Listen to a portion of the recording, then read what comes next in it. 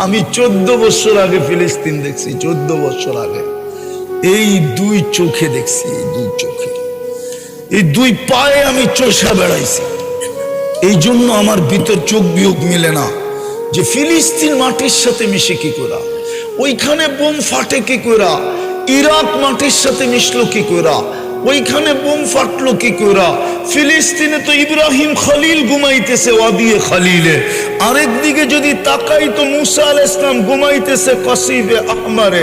মধ্যখানে তো দেখি 70 জন নবীর কবর চিহ্নিত, যেইখানে মুসলমানের কিবলা, প্রথম কিবলা, যেইখানে সম্মিলন হয় মেরাজের রাত্রে 1.25 লক্ষ নবীদের, সশরীরে ইমামতি করেন দোজাহানের বাদশাহ মুহাম্মদুর রাসূলুল্লাহ। প্রশংসা শুনান আল্লাহর, ওইখান থেকে টেকআপ করেন আরশে। ওইখানে ঘটে কি করা, আল্লাহ করে তো করে কি, আল্লাহ তাকান না তো তাকান না কেন? খলিল তো ইত্তাখাযাল্লাহু ইব্রাহিমা খলিলা, আরেকদিকে কালিম তো ইত্তাখাযাল্লাহু মুসা কালিমা। একদিকে তো কালিম, একদিকে তো খলিল, মধ্যখানে তো 70 জন নবী শুয়ে আছে। ইরাকে বোম ফাটলো কি করে?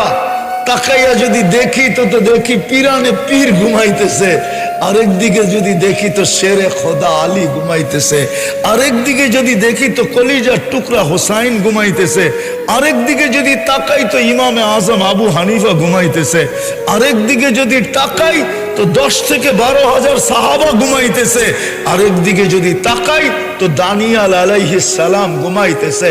আখলাকের নবীর, সমস্ত নবীদের আখলাকের ভিতরে ডুবায়া দাও। তো দানিয়াল আলাইহিস সালামের খুব দিছিলেন, ওই দানিয়াল তো ইরাকে ঘুমাইতেছে। দর্জন খানিক নবী তো ইরাকে ইতিহাস পাওয়া যায় ঘুমাইতেছে। ওইখানে বোম ফাটে তো ফাটে কি কইরা?